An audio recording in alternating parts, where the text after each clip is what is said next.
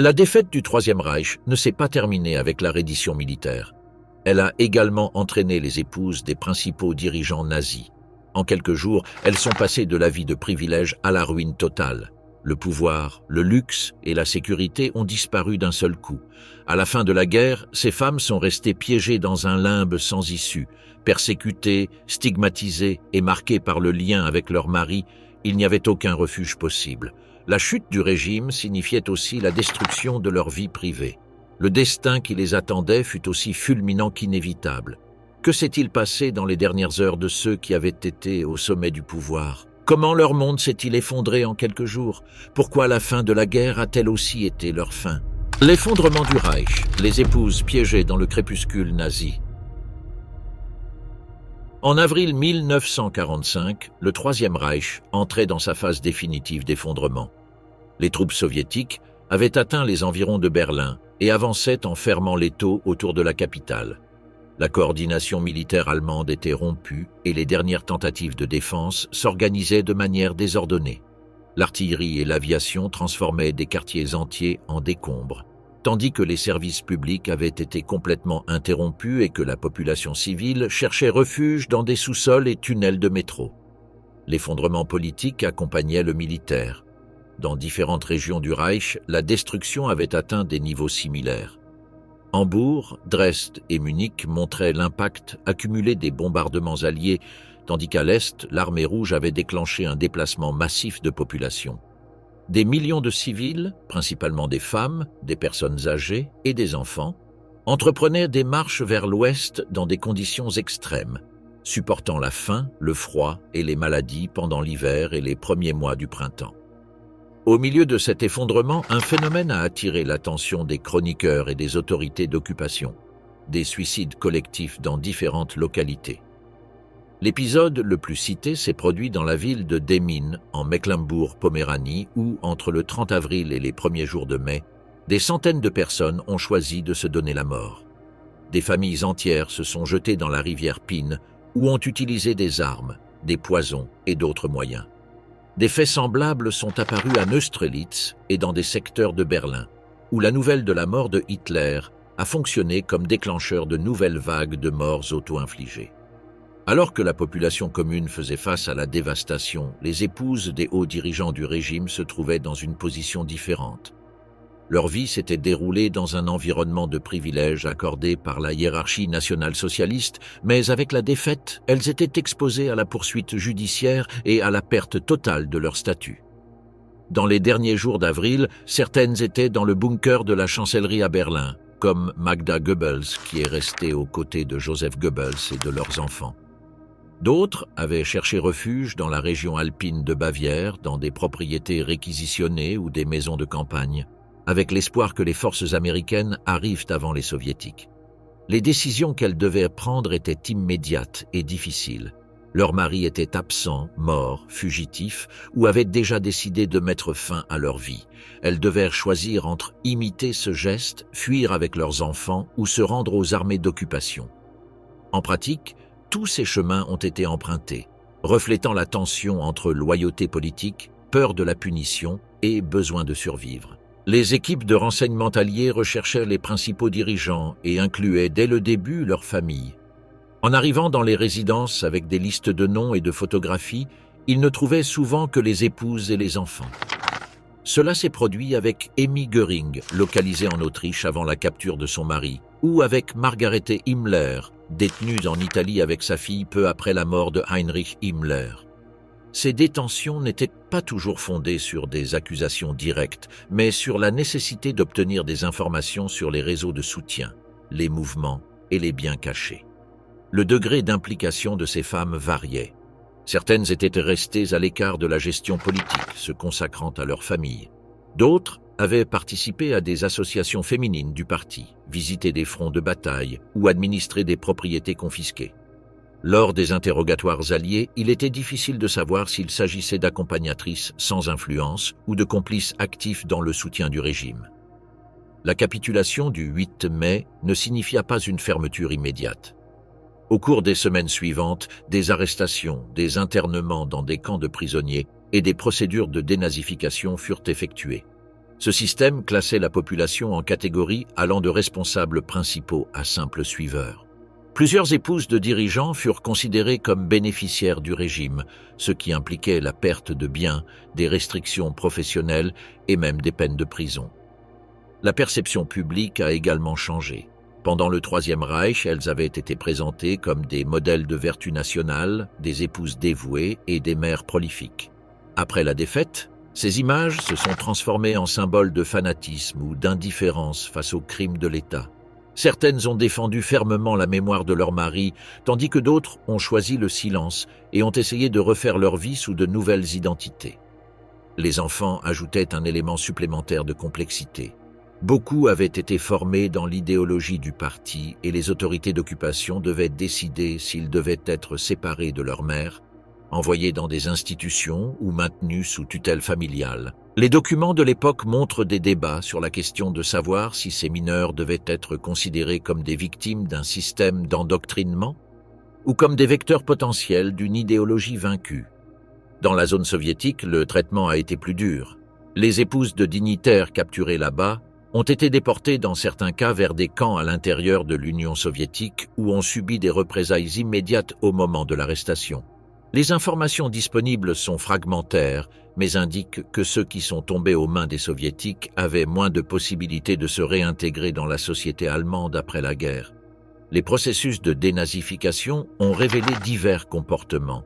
Certaines femmes avaient encouragé l'activité de la Ligue des femmes allemandes ou collaboré avec des organisations liées au régime. D'autres assuraient ignorer complètement les crimes commis par leurs maris, ce qui engendrait des disputes entre les enquêteurs et les tribunaux. L'effondrement du Troisième Reich laissa ses épouses dans un espace indéfini, sans protection et avec des décisions qui marquèrent le reste de leur vie. La fin du système qui les avait élevées socialement les transforma en figures surveillées, interrogées et classées par les puissances victorieuses. Leur choix durant ces jours-là, rester, fuir, se suicider, se rendre, illustrent un processus dans lequel l'Allemagne passait de la domination totalitaire à une occupation étrangère dont le développement était encore à ses prémices. La mère du sacrifice, Magda Goebbels, et les enfants dans le bunker. Johanna Maria Magdalena Ritschl est née à Berlin au début du XXe siècle, au sein d'une famille marquée par l'instabilité. Son père s'est éloigné du foyer alors qu'elle était encore enfant et sa mère a contracté mariage avec Richard Friedländer, un homme d'origine juive dont la présence est restée comme une contradiction dans la vie ultérieure de Magda. Son enfance a été déterminée par des déménagements fréquents et des tensions domestiques qui ont configuré un environnement de constante instabilité. Dans les années 1920, elle épousa l'industriel Günther Quandt, un homme plus âgé qu'elle, propriétaire d'entreprises qui produisaient des batteries et des armes. Cette union lui permit d'accéder à un niveau économique élevé et à une position sociale consolidée dans la capitale allemande. De cette union naquit leur fils Harald. La relation dura 8 ans et se termina par un divorce en 1929, laissant Magda avec des ressources financières significatives et une place affirmée dans les cercles sociaux berlinois. Cette même année, elle entra en contact avec le Parti national-socialiste. Elle assista à des meetings où elle écouta Adolf Hitler et Joseph Goebbels. Ce dernier, docteur en littérature et jouant un rôle de plus en plus important dans l'organisation, l'impressionna par son oratoire. L'attraction fut réciproque. Goebbels vit en Magda la figure féminine qui renforcerait sa position politique par son élégance, son origine aisée et sa disposition à s'associer au mouvement. En décembre 1931, ils se marièrent lors d'une cérémonie où Hitler fut témoin, renforçant le lien du couple avec le noyau dirigeant. Depuis lors, l'image de Magda a été intégrée dans la propagande du régime comme modèle de femme aryenne. Elle était présentée comme cultivée, raffinée, mère de nombreux enfants et épouse loyale. Entre 1932 et 1940, elle a eu 6 enfants avec Goebbels, tous avec des prénoms commençant par la lettre H en référence à Hitler. La famille était utilisée de manière récurrente sur des affiches, des photographies et dans les actualités, dans le but d'incarner les valeurs que le régime proclamait comme idéales. Dans la pratique, Magda a assumé un rôle de première dame non officielle du Reich. Eva Braun restait en arrière-plan par décision de Hitler, qui cherchait à maintenir l'image d'un leader célibataire. En revanche, Magda apparaissait lors d'événements publics, d'inaugurations et de cérémonies d'État, souvent accompagnée de ses enfants, ce qui renforçait le récit officiel. Parallèlement, elle entretenait une relation de confiance avec Hitler, qui visitait le domicile des Goebbels et montrait de la proximité envers les enfants. Pendant les années de guerre, Magda a continué son rôle public, bien que sa santé ait été affectée par des problèmes cardiaques. Sa maison à Berlin est devenue un point de rencontre pour les hauts fonctionnaires et un espace de sociabilité politique. Lors de ces réunions, des stratégies étaient discutées, des dîners célébrés et des liens renforcés entre dirigeants, consolidant la famille Goebbels comme centre d'influence au sein de l'élite nazie. La défaite allemande au printemps de 1945 marqua un changement décisif.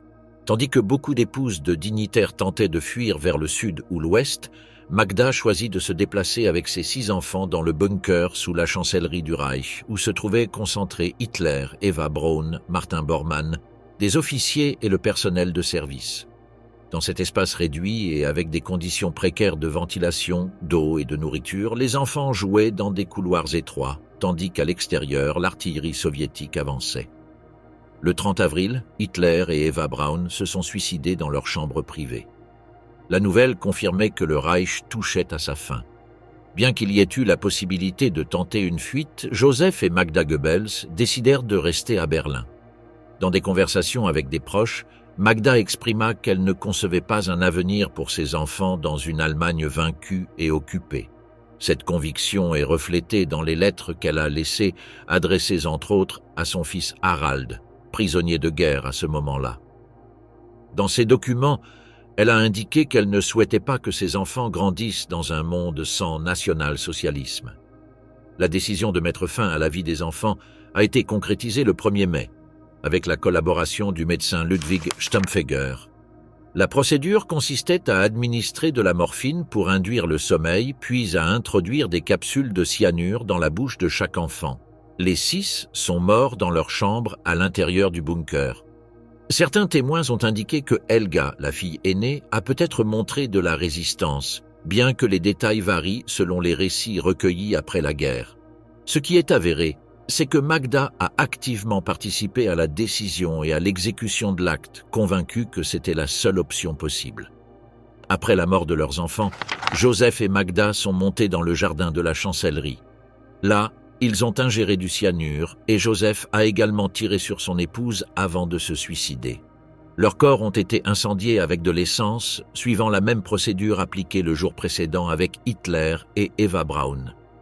Les soldats soviétiques ont ensuite trouvé les restes carbonisés dans les environs. Les lettres d'adieu de Magda constituent une source d'intérêt historique particulier. Elles ne contiennent aucune expression de repentir ni de prise de distance avec l'idéologie, mais une réitération de la loyauté à Hitler et la conviction que la vie sans le régime n'avait aucun sens. Cette attitude reflétait un niveau d'identification avec le national-socialisme qui s'étendait même au destin de ses propres enfants. L'impact a été immédiat. Parmi ceux qui avaient partagé les derniers jours dans le bunker, l'assassinat des enfants a été rappelé comme un acte qui dépassait même la brutalité quotidienne de la guerre. Pour les Alliés, la découverte des corps est devenue un symbole du fanatisme du régime. La nouvelle s'est rapidement répandue après la capitulation allemande et a fait la une de la presse comme exemple de jusqu'où allait la fidélité au système vaincu. La figure de Magda Goebbels est restée à jamais liée à cet épisode. Alors que d'autres épouses de dirigeants cherchaient à survivre dans le nouveau contexte, elle a représenté la décision de pousser à l'extrême la loyauté au régime au moment même de son effondrement. Ce choix a marqué le début d'un débat qui allait s'étendre pendant l'après-guerre sur la responsabilité des femmes du cercle nazi et sur les limites entre la conviction idéologique et la survie. La gardienne des SS, Margaret Himmler, sous l'ombre du pouvoir. La formation sanitaire a défini les premières années de Margaret Boden. En tant qu'infirmière pendant la Grande Guerre, elle a soigné des soldats blessés dans des hôpitaux de campagne sur le front occidental où elle a été confrontée à la routine des blessures graves et de la mort. La discipline acquise dans ces circonstances l'a accompagnée dans son parcours ultérieur. Après l'armistice, elle s'est associée à la Croix-Rouge allemande et, grâce au soutien financier de son père, a ouvert une petite clinique privée qui lui a assuré stabilité économique et indépendance professionnelle. La rencontre avec Heinrich Himmler a eu lieu en 1927, lors d'une conférence du dirigeant local du parti de l'époque. Il était un jeune homme avec des aspirations politiques, sans grands moyens, tandis qu'elle était plus âgée, divorcée et de foi protestante, des conditions qui ont suscité des réticences dans la famille catholique de Himmler. Néanmoins, la relation a prospéré à travers une correspondance constante, consolidée par le mariage célébré en 1928. L'année suivante est née Gudrun, leur unique fille, et cela a coïncidé avec l'adhésion de Margaret au Parti national-socialiste. L'adhésion n'a pas été une simple formalité, mais un engagement qui s'est traduit par sa participation active aux activités féminines du parti. Sa résidence est devenue un lieu de rassemblement pour les épouses d'officiers, renforçant des liens de sociabilité idéologique. L'ascension de Himmler au sein des SS a transformé progressivement la vie de Margaret. Depuis sa position d'épouse du Reichsführer SS, elle organisait des réceptions, participait à des cérémonies officielles et supervisait des activités caritatives liées à la structure du parti. Son rôle s'étendait au-delà du domaine domestique. Les réseaux d'épouses autour des hiérarques nazis fonctionnaient comme un rouage complémentaire pour renforcer la cohésion du régime. En même temps, Margaret a consolidé sa carrière dans le secteur de la santé. Elle a occupé des postes à la Croix-Rouge allemande, supervisé des hôpitaux et coordonné des centres médicaux à Berlin et Brandebourg. Son expérience lui a permis d'accéder à des fonctions de direction où elle gérait des ressources médicales et la formation du personnel. Avec le début de la guerre, ses responsabilités se sont élargies. Elle a voyagé vers des territoires occupés et documenté dans des journaux personnels ses visites dans des villes comme Posen, Łódź et Varsovie en 1940, où elle a laissé des impressions marquées par le langage racial, propre à l'idéologie nationale-socialiste. La correspondance privée confirme la solidité de ses convictions politiques. Dans des lettres à des proches, elle a exprimé de l'admiration pour Hitler et de la fierté pour la position de son mari.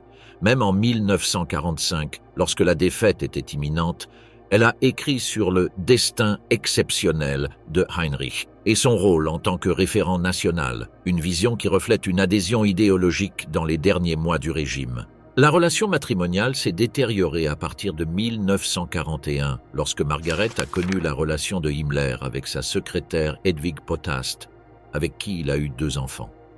Cependant, la situation n'a pas altéré sa posture publique. Elle a continué à se présenter comme l'épouse légitime du Reichsführer SS et a maintenu ses fonctions dans des actes et associations. Après le suicide de Himmler en mai 1945, Margaret a tenté de se réfugier dans le nord de l'Italie avec Gudrun. Là, elles ont été arrêtées par les troupes américaines le 13 mai. À partir de ce moment a commencé une période d'internement dans différents centres de détention en Italie, en France et en Allemagne. Pendant les interrogatoires, elle a insisté sur le fait qu'elle n'avait jamais participé à des décisions politiques et que sa vie avait été limitée au domaine familial et sanitaire. Cependant, les Alliés possédaient des extraits de sa correspondance et des fragments de journaux intimes montrant des expressions d'antisémitisme et un soutien ouvert au régime. Les procédures de dénazification se sont prolongées pendant presque une décennie. Entre 1948 et 1953, elle a fait face à 3 processus différents. La défense a soutenu qu'elle ignorait les crimes de son mari, mais les documents ont contredit cette affirmation. Finalement, en 1953, un tribunal a statué que Margaret ne devait pas être considérée responsable de délits spécifiques, bien qu'elle ait bénéficié du système national-socialiste. La sanction comprenait 30 jours de travail punitif, la perte des droits civils, le retrait de la pension d'État et des restrictions professionnelles. À partir de ce moment, elle a adopté un profil d'invisibilité. Elle a repris son nom de jeune fille, Boden, et a déménagé pour vivre avec sa sœur à Ypen, en Rhénanie du Nord-Westphalie. Elle a refusé les interviews, évité toute apparition publique et cherché à passer inaperçue. Pendant qu'elle choisissait le silence, sa fille Gudrun a pris un chemin opposé. Gudrun est devenue une figure active dans des organisations de soutien aux anciens membres des SS comme Stilhilfe et a maintenu des contacts avec des réseaux d'anciens hiérarques, prolongeant l'après-guerre la loyauté à l'idéologie dont sa mère s'était publiquement éloignée. Margaret est morte le 25 août 1967 à 74 ans. Son décès est passé inaperçu, sans mention dans la presse ni cérémonie publique. Avec elle a disparu l'une des rares épouses de dignitaires nazis qui avaient laissé des écrits où elle exprimait explicitement son adhésion au régime, des documents qui permettent aujourd'hui d'observer la mentalité de ceux qui, depuis des positions sociales privilégiées, soutenaient avec conviction l'idéologie du Troisième Reich. Destin brisé, Gerda Bormann face au cancer. La formation politique de Gerda Buck a été marquée dès l'enfance par le milieu familial dans lequel elle a grandi. Elle est née à Constance dans un foyer où les idées du mouvement national-socialiste étaient présentes avant que le parti atteigne une notoriété nationale. Son père, Walter Buck, fut l'un des premiers militants et plus tard juge suprême du tribunal du parti, avec pour fonction de garantir la discipline interne et de sanctionner les déviations idéologiques.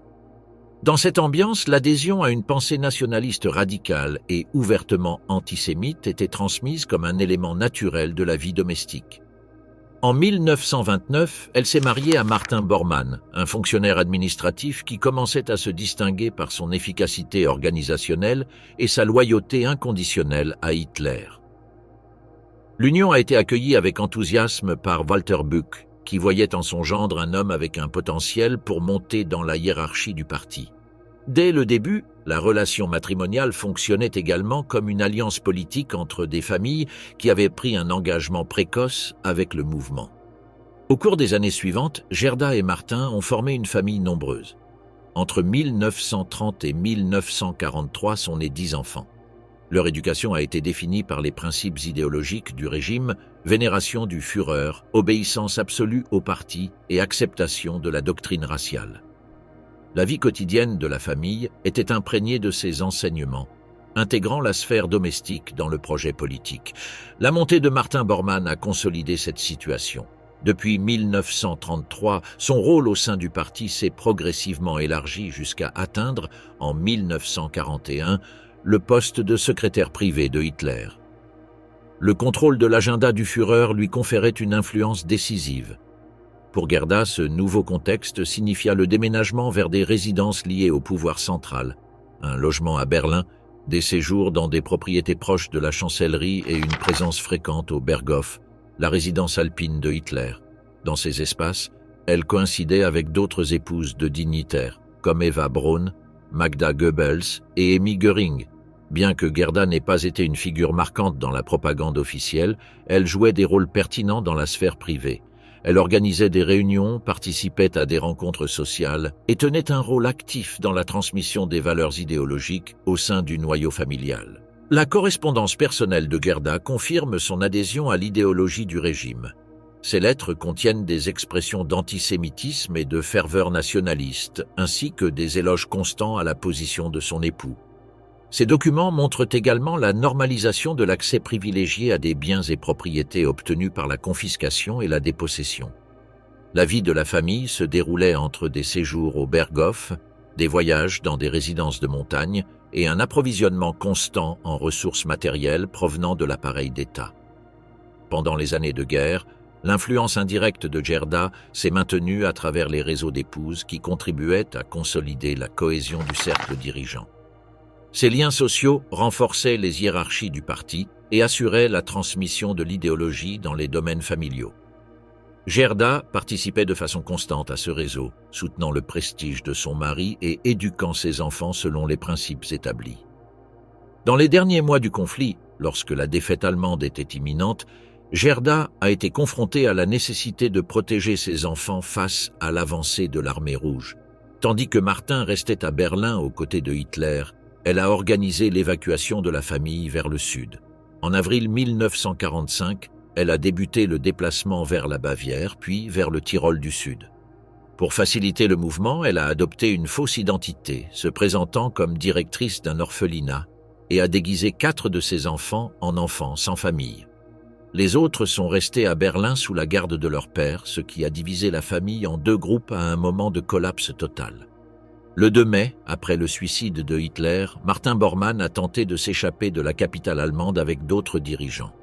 Il a été vu pour la dernière fois à proximité de la gare de Lehrter. L'absence de preuves concluantes a alimenté des rumeurs contradictoires.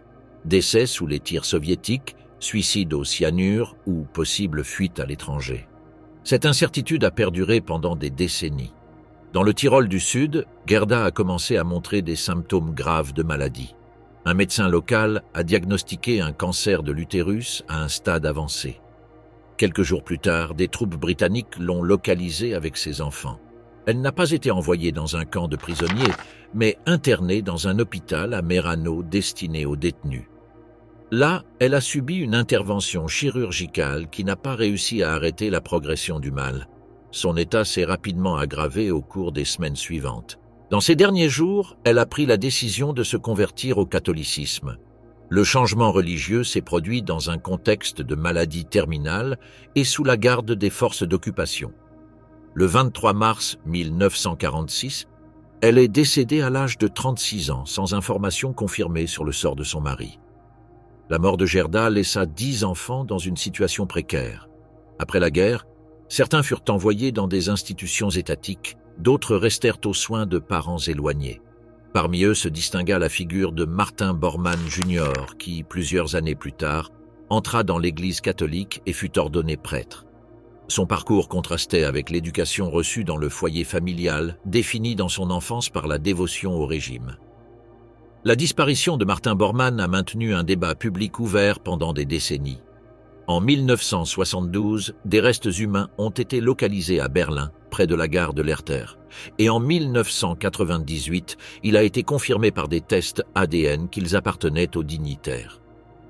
À ce moment-là, Gerda était décédée depuis plus d'un demi-siècle. Ces derniers mois s'étaient écoulés dans l'incertitude concernant son mari, la responsabilité de soutenir une famille nombreuse et la progression d'une maladie irréversible. Le mythe de Spandau, Ils est en défense impossible. Le dernier prisonnier de Spandau passait les années dans une routine marquée par la surveillance constante et la solitude d'une cellule. Rudolf Hess est resté plus de 4 décennies emprisonné, jusqu'à sa mort en 1987, et pendant ce temps, la figure d'Ilse Hess s'est consolidée comme un élément inséparable de sa mémoire. Sa vie s'est transformée en un projet politique parallèle, maintenir publiquement l'image de son mari et présenter son parcours comme celui d'un homme incompris par son époque. La transformation a commencé en mai 1941. Cette madrugada, Rudolf a décollé dans un avion militaire en direction de l'Écosse avec l'intention de négocier directement une paix avec le Royaume-Uni. L'opération s'est terminée par sa capture immédiate et son emprisonnement dans la Tour de Londres. Pour Hitler et le régime, ce vol était une trahison incompréhensible. Hess a été déclaré malade mentalement, expulsé de son poste et effacé de la mémoire officielle. En privé, cependant, Ilse a adopté une position différente. Elle a défendu l'idée qu'il avait agi par conviction pacifiste et que l'histoire reconnaîtrait un jour son geste comme un sacrifice personnel. Pendant les années suivantes, tandis que la guerre continuait, Ilse a maintenu une correspondance censurée avec son mari. Dans ses lettres, elle a commencé à construire la narrative qu'elle diffuserait publiquement plus tard.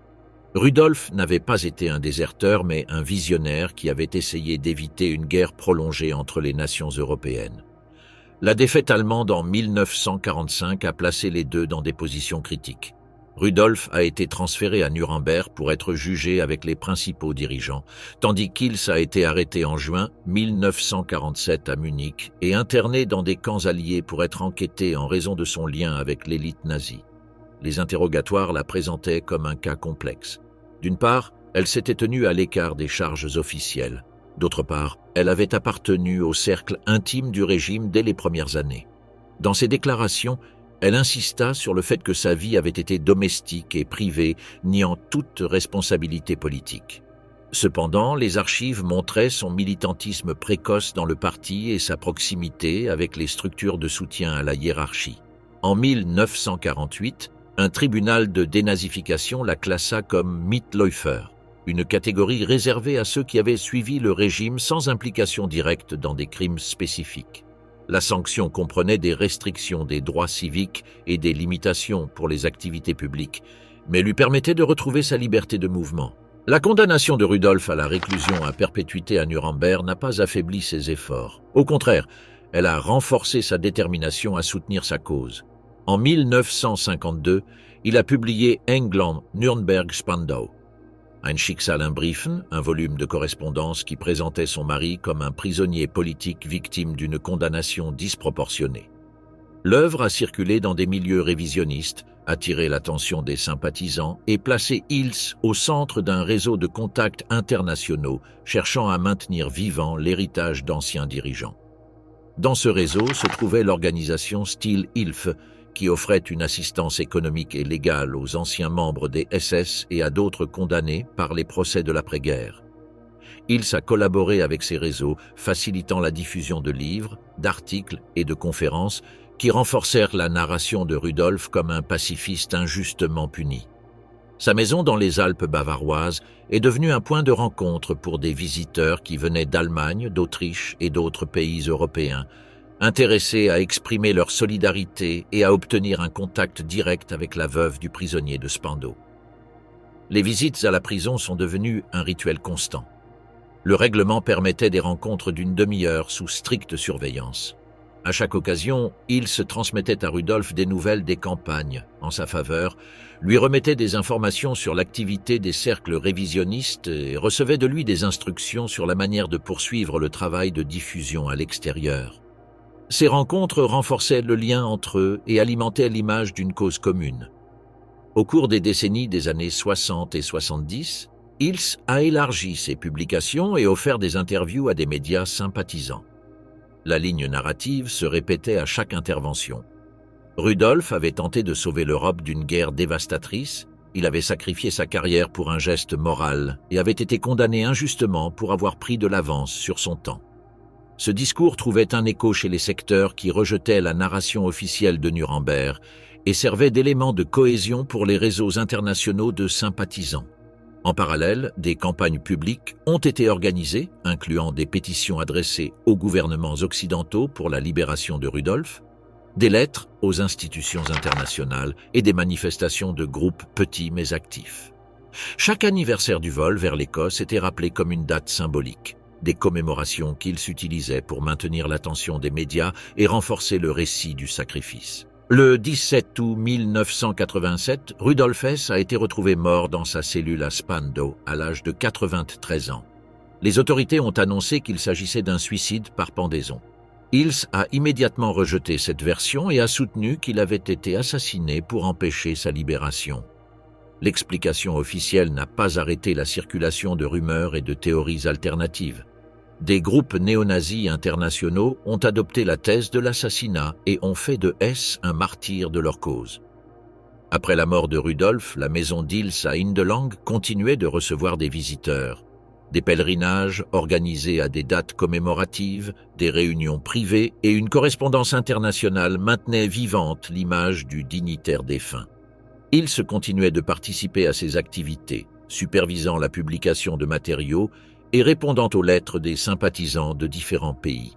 Sa vie s'est terminée le 7 septembre 1995 dans la même localité alpine où il avait établi sa résidence définitive. Pendant plus d'un demi-siècle, il avait consacré son existence à soutenir l'image de Rudolf Hess, maintenant un récit construit autour de la fidélité conjugale et la revendication politique d'un dirigeant passé de lieutenant du Führer à prisonnier perpétuel de Spandau. Silence après Nuremberg, veuve nazie dans l'après-guerre. Les procès de Nuremberg ont exposé l'ampleur des crimes du Troisième Reich et ont placé ses dirigeants au centre d'un processus judiciaire qui marquerait l'après-guerre. L'attention internationale s'est concentrée sur les accusés, mais autour d'eux ont également émergé les figures de leurs épouses, confrontées à la tâche de survivre dans un pays dévasté et sous le regard des vainqueurs. Chacune a dû trouver un moyen de s'adapter à un nouvel ordre dans lequel leur nom était directement associé à un régime vaincu. Emmy Sonnemann avait atteint une notoriété publique bien avant de devenir l'épouse de l'un des hiérarques les plus puissants du Reich. Née à Hambourg, elle a commencé une carrière d'actrice de théâtre sous la République de Weimar.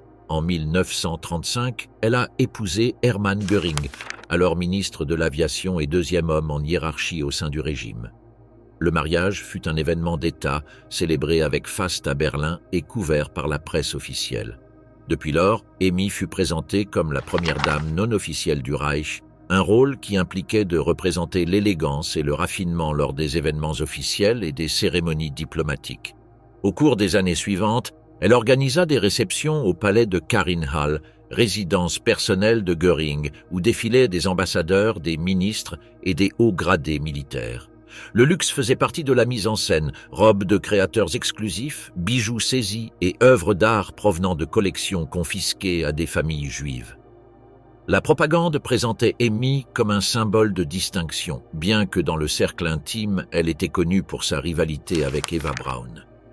Tandis que Hitler gardait secrète sa relation avec Braun pour préserver l'image de chef célibataire, Amy occupait la position visible dans la vie sociale du Reich. La défaite de 1945 changea drastiquement sa situation. L'arrestation de Hermann en mai de cette année signifia la confiscation immédiate de toutes ses propriétés. Amy fut détenue et séparée de sa fille Edda, qui avait alors 7 ans. Lors du processus de dénazification, elle reçut une condamnation à 1 an de prison, la confiscation de 30% de ses biens restants et l'interdiction d'exercer comme actrice pendant 5 ans. Ces mesures détruisirent sa carrière artistique et la forcèrent à une vie de limitations économiques. À sa sortie de prison en 1948, il trouva un pays en ruine et un environnement hostile. Hermann s'était suicidé à Nuremberg en ingérant du cyanure quelques heures avant son exécution, ce qui a fait de la famille un symbole de honte nationale. Amy s'installa dans un modeste appartement à Munich et essaya de subsister avec de petits boulots. Elle tenta de publier ses mémoires, mais se heurta à un rejet éditorial. Ses anciens contacts dans le monde du spectacle s'éloignèrent et sa vie devint une succession de gestes de discrétion. Dans les années 1950, elle était à peine mentionnée dans la presse, et ceux qui se souvenaient d'elle le faisaient en lien avec les excès de son mari.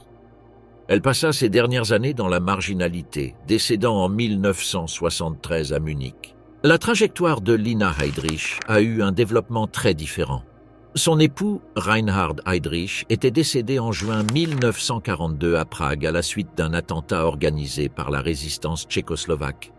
Le régime l'a alors présentée comme une veuve héroïque. Elle a reçu des pensions spéciales, des hommages officiels et la promesse d'un avenir assuré pour ses 4 enfants. Cette position a disparu en 1945. Avec l'effondrement du Reich, Lina a fui vers le nord de l'Allemagne et est retournée sur son île natale de Fehmarn. Là, elle a été arrêtée et interrogée par les Alliés, intéressée à connaître des détails sur la vie de Reinhard et sa participation à la planification de l'Holocauste. Bien que son lien avec l'un des principaux responsables du génocide la rendait suspecte, il n'existait aucune preuve la liant à des décisions politiques ou à l'administration de camps. Elle fut classée comme Mitläufer dans le processus de dénazification et fut mise en liberté.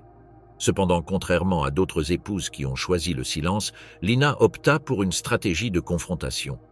Elle nia systématiquement les crimes attribués à son époux et affirma qu'il avait été un fonctionnaire loyal qui avait servi l'Allemagne avec honneur.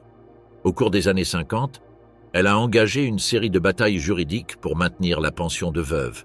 Elle a soutenu que Reinhard était mort en tant que fonctionnaire public dans l'exercice de ses fonctions. En 1956, un tribunal a reconnu sa réclamation et en 1959, le droit de percevoir la pension a été confirmé, ce qui lui a assuré une stabilité économique dans l'après-guerre.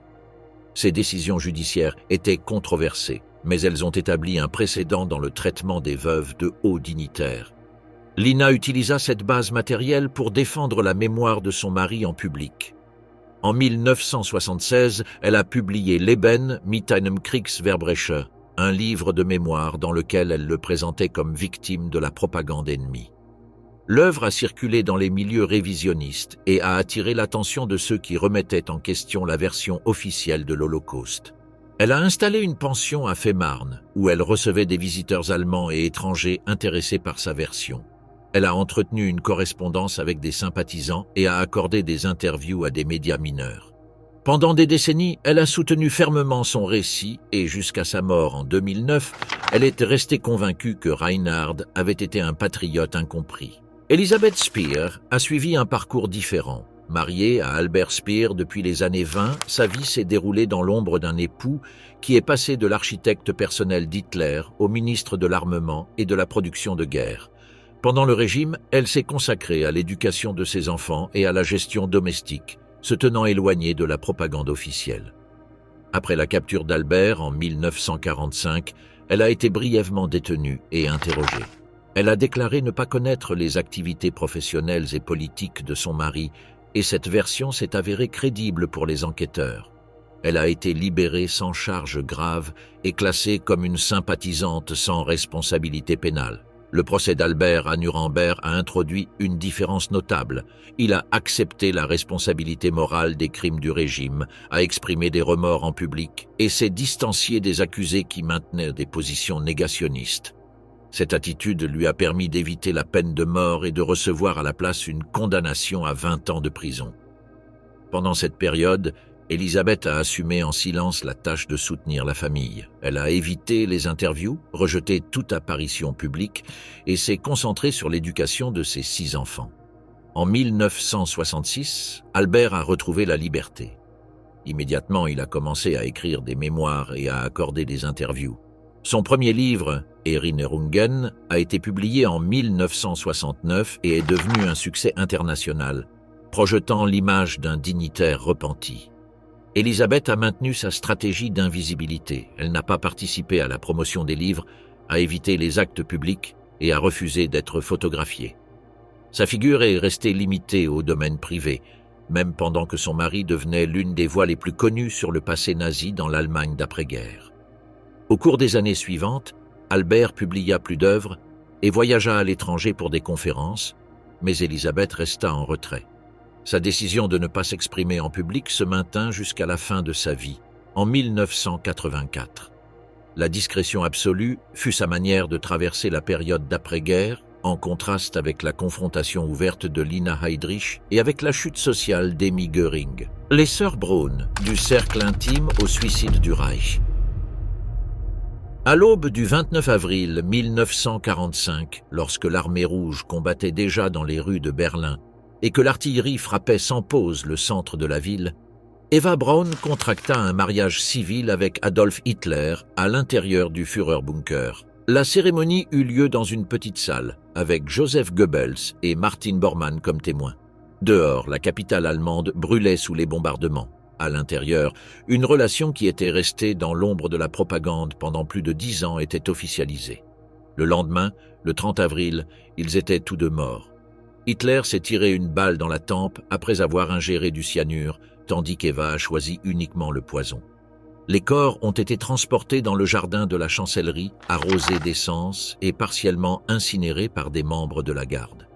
Ainsi s'acheva la vie de celle qui avait été la compagne silencieuse du dictateur, reconnue publiquement uniquement dans les dernières heures du régime. Le premier contact entre Eva Braun et Hitler a eu lieu en 1929, dans le studio photographique de Heinrich Hoffmann à Munich. Elle travaillait comme assistante et avait 17 ans lorsqu'elle a rencontré le leader du parti. À partir de ce moment-là, elle est devenue une présence constante dans son entourage personnel, bien qu'invisible pour l'opinion publique. Hitler avait décidé de projeter l'image d'un leader célibataire, dédié exclusivement à la cause nationale, et cette fiction politique a obligé Eva à rester toujours en arrière-plan. Pendant les années 30, tandis que le parti nazi consolidait le pouvoir et le Troisième Reich étendait son contrôle sur la société allemande, Eva vivait dans une contradiction permanente. D'une part, elle profitait de privilèges matériels, appartements à Munich, automobiles de luxe, vêtements coûteux, accès à des produits rares et séjours fréquents au Berghof, la résidence alpine de Hitler. D'autre part, elle manquait de reconnaissance officielle et ne pouvait apparaître sur des photos d'État ni accompagner Hitler lors d'événements publics. L'invisibilité faisait partie du pacte tacite de la relation.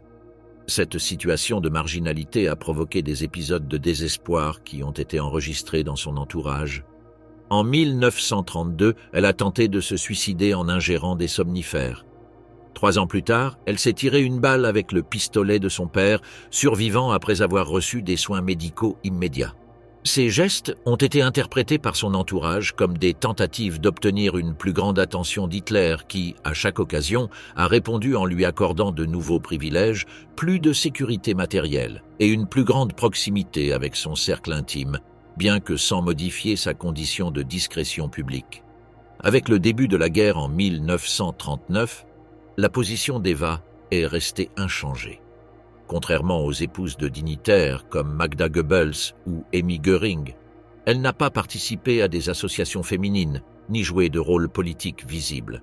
Son rôle se limitait à la vie privée du Berghof, où elle organisait des séances de cinéma, des soirées musicales et des activités récréatives pour Hitler et ses accompagnateurs. Son monde était artificiel et isolé, complètement déconnecté de la réalité d'un conflit qui dévastait l'Europe. Les lettres et journaux d'Eva, trouvés après la guerre, confirment son faible intérêt pour la politique.